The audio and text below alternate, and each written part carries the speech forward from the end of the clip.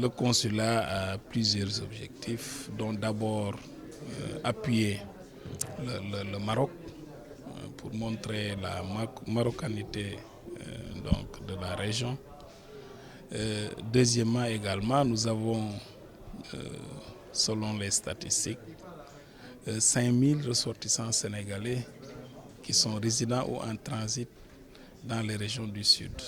L'autre rôle, c'est de renforcer les relations commerciales entre le Sénégal et Dakhla.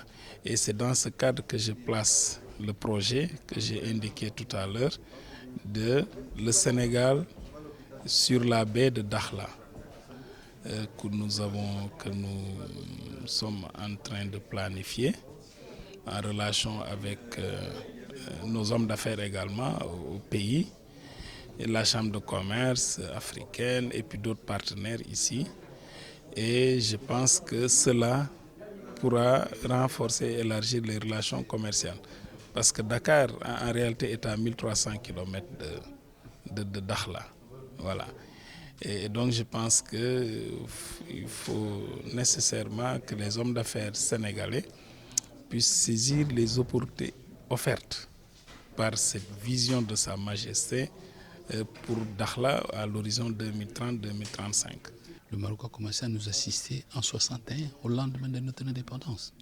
Donc il n'était pas bon pour nous d'être absents dans le Sahara, confirmer la marocanité du Sahara. C'était un accomplissement même tout à fait normal.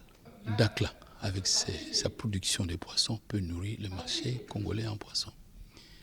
Nous sommes un pays qui a moins 9 mois de pluie en une année. L'expérience marocaine en matière agricole peut servir utilement à la population congolaise. Le tourisme marocain. En plein désert, le Maroc arrive à organiser les tourismes. Mais chez nous qui avons les forêts, ça pourrait booster l'économie de la RDC en matière touristique. La construction de port d'Adakhla qui va nous alimenter, tout ce qui va être produit ici sera facilement acheminé. Au lieu de construire par la route, nous avons un port. Ce sont des occasions qu'il ne faudra pas rater, qu'il faut développer. Et c'est ça qui fera l'Afrique, sera utile à l'Afrique. Nous avons été le premier pays qui a ouvert un consulat ici à Dakhla en soutien à la cause nationale du Maroc, la marocanité du Sahara. Mais aussi, cette mission ici a une autre vocation qui est l'objet d'ailleurs de cette rencontre aujourd'hui, c'est-à-dire essayer de fructifier les échanges économiques entre le Maroc et la Gambie, avec le plan de développement des provinces du Sud que Sa Majesté le Roi a lancé en 2015. Il y a une route importante qui va lier Tiznit et Dakhla, et donc qui sera une ouverture vers la profondeur africaine du Maroc, sur l'Afrique subsaharienne, et aussi le port Dakhla Atlantique. C'est un autre grand projet qui va beaucoup améliorer les échanges commerciaux, les transports de marchandises et autres. Nous comptons beaucoup sur ce partenariat-là entre la ville de Dakhla et la ville de Banjul dans les secteurs du tourisme, de l'aquaculture et de la pêche surtout.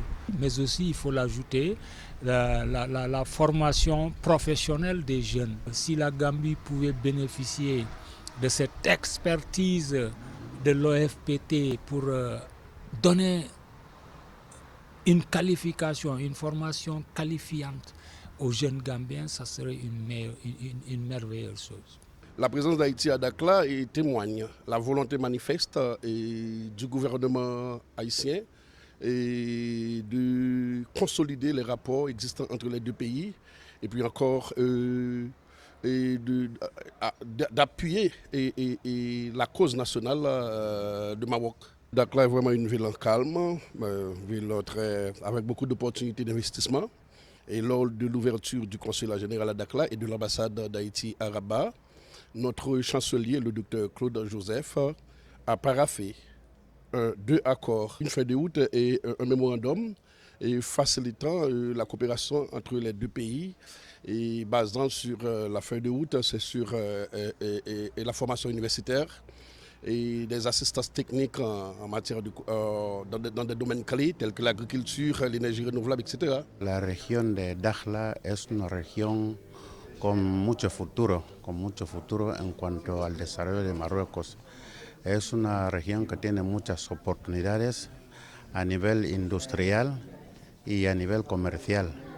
Desde nuestra instalación aquí, como consulado, estamos viendo el esfuerzo a nivel económico que está dando el gobierno marroquí y de la misma forma aconsejaría a muchos países de África subsahariano que pudiéramos tomar el ejemplo porque el reino de Marruecos es un reinado que está dando mucho ejemplo al continente africano en cuanto al desarrollo.